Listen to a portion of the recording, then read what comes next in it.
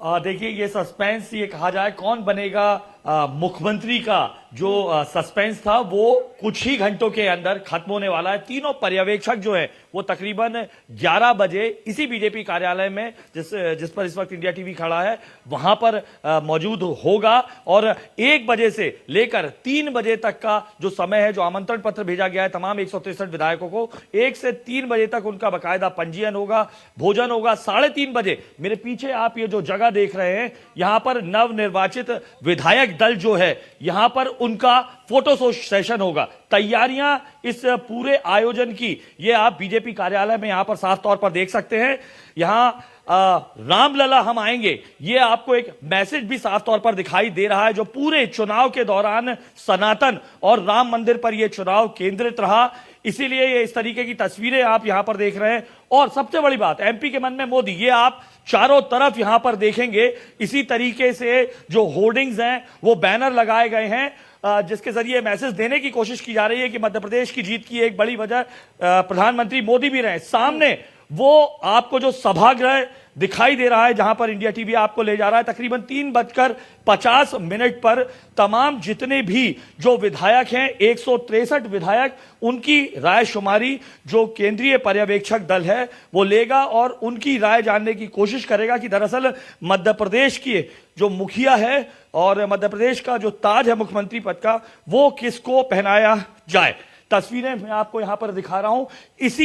ये जो आपको यहां पर दिखाई दे रहा है ये सभागृह, यहां पर मंच पे तमाम कुर्सियां लगी हुई दिखाई दे रही हैं। 3 पर्यवेक्षकों के साथ तमाम जो सीनियर नेता हैं वो भी मौजूद रहेंगे, जो संगठन प्रभारी हैं, प्रदेश प्रभारी हैं, उनके साथ साथ ये जो आपको 163 कुर्सियां दिखाई दे रही हैं, इन्हीं 163 कुर्सियों पर तमाम वो विधायक बैठेंगे जो ये तय करने वाले हैं कि मध्य प्रदेश का जो मुखिया है वो कौन होगा और तमाम जो जिम्मेदारी है, चाहे वो डिप्टी सीएम से लेकर हो, उस पर भी अगर राय शुमारी होती है तो वो कौन बने। और पीछे अगर आप देखेंगे तो एक मैसेज देने की भी कोशिश की गई है। यहां पे बैकड्रॉप में संगठन तंत्र की शक्ति ही वैभव का चित्र सजाती है। दरअसल जिस तरीके की बातें चल रही थी कि क्या लाडली बहना योजना या तमाम योजनाएं या प्रधानमंत्री या मुख्यमंत्री शिवराज सिंह चौहान की भी बड़ी भूमिका है, जो निश्चित तौर पर भी है, लेकिन यहां पर बीजेपी ने एक संदेश देने की कोशिश की है तमाम अपने कार्यकर्ताओं को कि दरअसल ये जो जीत की बड़ी वजह है वो संगठन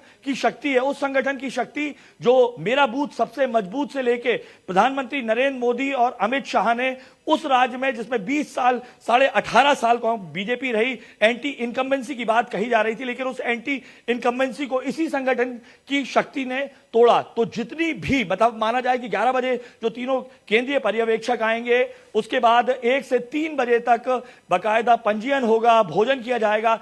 3:30 पर फोटो सेशन होगा उन 163 विधायकों का, जिसमें खुद मध्य प्रदेश के मुख्यमंत्री शिवराज सिंह चौहान के साथ तमाम वो नाम होंगे जिन नामों की चर्चा की जा रही है कि ये भी संभावित मुख्यमंत्री हैं। जो छत्तीसगढ़ है वहां पर एसटी के फॉर्मूले को, जो सोशल इंजीनियरिंग है वहां पर भी की गई है, तो मान के चला जा रहा है कि सोशल इंजीनियरिंग का जो चरित्र होगा वो किस तरीके से होगा। अगर ओबीसी की बात खुलकर आती है तो ओबीसी में तमाम बड़े जो चेहरे हैं, प्रहलाद पटेल का नाम बहुत खुलकर आ रहा है। बात की जा रही है कि अगर ओबीसी को, चूंकि एसटी को बनाया जा चुका है छत्तीसगढ़ में, क्योंकि वहां पे बाहुल्यता थी एससी सीटों के, एसटी की सीट की, तो मध्य प्रदेश में तकरीबन 50 से 52% ओबीसी है। तो ऐसे में शिवराज सिंह चौहान जो खुद ओबीसी वर्ग से आते हैं लेकिन 16.5 साल मुख्यमंत्री रह चुके हैं, ये उनके लिए एक बैकड्रॉप जा सकता है कि कैडर बेस पार्टी नया नेतृत्व उभारना चाहती है। तो अगर ओबीसी की बात आती है तो प्रहलाद पटेल एक बहुत मुफीद चेहरा माने जा रहे हैं। ज्योतिरादित्य सिंधिया डार्क हॉर्स माने जा रहे हैं। माना जा रहा है कि आरएसएस उन्हें सपोर्ट कर सकता है। ज्योतिरादित्य सिंधिया को बनाने के चलते जो राजस्थान है वहां पर उनकी जो बुआ है वसुंधरा राजे, उनको किया जा सकता है। और सबसे बड़ी बात, एक ऐसा चेहरा है जो कांग्रेस से आए, मैसेज देने की कोशिश भी कांग्रेस बीजेपी कर सकती है कि तमाम वो चेहरे जो दूसरी पार्टी छोड़ के आते हैं उन्हें बाकायदा सम्मान मिलता है। हेमंत विश्वा शर्मा को हम देख चुके हैं, ज्योतिरादित्य सिंधिया को देख चुके हैं। तो अगर एसटी वहां पर छत्तीसगढ़ में बनाया गया है तो क्या ओबीसी मध्य प्रदेश का मुख्यमंत्री होगा? ओबीसी नहीं होगा तो सवर्ण की अगर बात की जाए तो सवर्ण भी यहां पर लाया जा सकता है डिप्टी सीएम के रूप में। तो सवर्णों की बात की जाए तो नरेंद्र सिंह तोमर यहां पर हैं, कैलाश विजयवर्गीय यहां पर हैं, रहेंगे। एससी की बात की जाएगी, एसटी की अगर बात की जाएगी, डिप्टी सीएम की बात करें तो सुमेर सोलंकी है, निर्मला भूरिया, ये तमाम संपत्ति उइके जो राज्यसभा की सांसद रह चुकी है, उनका भी नाम आ रहा है। और अगर एससी का, ओबीसी एससी का अगर लिया जाएगा, डेप्यूटी सीएम उस फॉर्मूले पे चलेगी जो छत्तीसगढ़ में चल रहा है, डेप्यूटी सीएम यहां पर भी बनाया जाएगा ओबीसी के बाद, यानी दो जो डेप्यूटी सीएम की पोस्ट रहेगी उसमें से एक आपको सवर्ण को देनी पड़ेगी जो तकरीबन 12% यहां पर 90% हिंदू आबादी में आता है। तो ये मान के चला जाए ओबीसी को भी सेटल किया जाएगा अगर मुख्यमंत्री पद के तौर पर, तो दो जो उप मुख्यमंत्री हैं उनको भी सेट किया जाएगा। तमाम इन समीकरणों को लेकर यह माना जा सकता है कि इसका जो नतीजा है वो जल्द आएगा। लेकिन फिर वही सवाल उठ के आता है, ये पूरा चुनाव एमपी के मन में मोदी और मोदी के मन में एमपी के तौर पर लड़ा गया है, लेकिन मोदी के मन में दरअसल मध्य प्रदेश के इस मुख्यमंत्री के ताज पर कौन है ये सिर्फ मोदी ही बता सकते हैं। केंद्रीय पर्यवेक्षक हालांकि यहां पर आ जरूर रहे हैं, लेकिन सोशल इंजीनियरिंग का पूरा ध्यान रखा जाएगा जिस तरीके से। बिल्कुल अनुराग, ठीक कह रहे हैं आप। अब क्या चल रहा है, कौन मुख्यमंत्री होगा, ये तो प्रधानमंत्री नरेंद्र मोदी ही बता सकते हैं। लेकिन ये भी कहा जा रहा था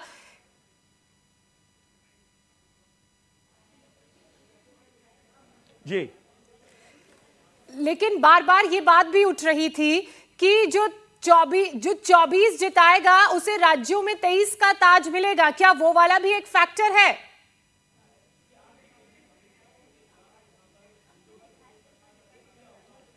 देखिए, निश्चित तौर पर जो तमाम 7 सांसदों को, जिसमें से 3 केंद्रीय मंत्री हैं, जब उनको मैदान में उतारा गया तो ये मैसेज लाउड एंड क्लियर था कि आपको न केवल जो विधानसभा आपको मिली है उसके अलावा उनके आसपास की तमाम सीटें भी जितानी है। फग्गन सिंह कुलस्ते हालांकि खुद निवास से हार गए, लेकिन महाकौशल में बहुत अच्छा जो है वो परफॉर्मेंस बीजेपी ने दिया। जो प्रहलाद पटेल हैं वो उभर कर आए, महाकौशल में तगड़ी सीट लेके आए। नरेंद्र सिंह तोमर ने भी अपना काम किया और चंबल में जहां पिछली बार बेहद कम सीट मिली थी वहां पर अपना परफॉर्मेंस बढ़ाया। तो निश्चित तौर पर यही वजह है कि नरेंद्र सिंह तोमर भी दावेदारी अपनी मजबूत करते नजर आ रहे हैं। प्रहलाद पटेल की दावेदारी मजबूत है। कैलाश विजयवर्गीय उस इंदौर क्रमांक 1 सीट से लड़े थे जहां पर कांग्रेस का कब्जा था। 9 विधानसभा सीटें आती हैं इंदौर के अंतर्गत, जहां पर 6 बीजेपी के पास थी, 3 कांग्रेस के पास, लेकिन कैलाश विजयवर्गीय के आने के बाद 9 की 9 सीटें अब बीजेपी के पास है। तो तमाम वो क्षत्रप जिन्हें भेजा गया था मध्य प्रदेश की जमीन को, उस जमीन को जिसमें 109 कमल खिले थे,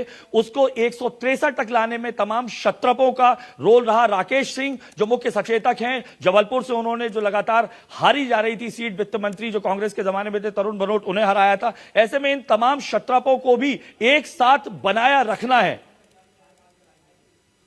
बिल्कुल ठीक कह रहे हैं आप। तो और हम तस्वीरें हमने सुना भी शिवराज सिंह चौहान को कहते हुए कि हार नहीं मानूंगा, रार नहीं ठानूंगा। वो कविता का जिक्र कर रहे थे, तो यानी कि वो भी एक संदेश देने की कोशिश कर रहे हैं।